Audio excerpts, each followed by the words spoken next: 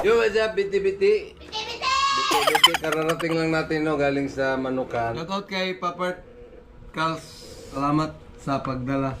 Ito yung itak natin na from Mindanao, no. Kaya doon ako nagpabili kasi dati may itak na ako.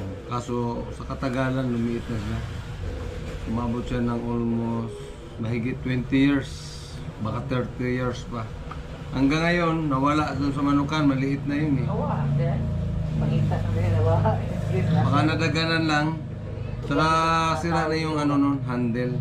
Pabili tayo kay tatay. Salamat tatay. Hinatid naman dito ng aking inaanak GR. Woo! Grabe. Ang mangyayari nito, hindi ko muna ito dalhin doon sa Manukan kasi gagawan ko pa ng strap yung ano nito. Balot na balot. Malamang ang nagpacking nito, tatay. Tapos bilin. Shoutout pala kay Ate Bulin. Tumawag na yun nga, dumaan na daw yung itak.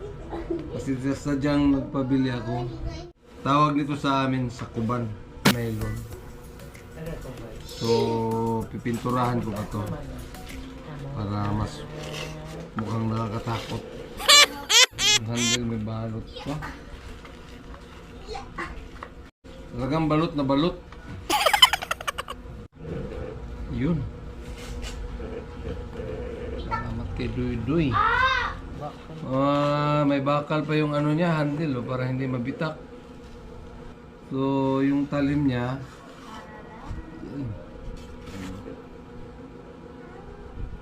parang madungis.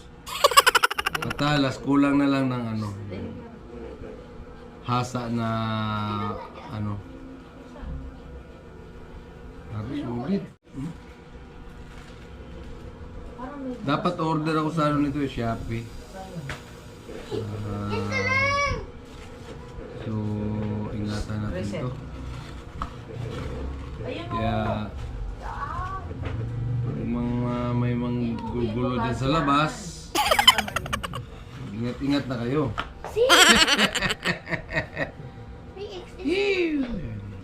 Thumbnail. Lapu-lapu ang title. Lapu-lapu, I'm back. Ganda. Alright. Hanggang dito na lang, no? God is good. God is love. I love you all, guys. Mga ano? Kabiti-biti! Bye-bye! Biti-biti.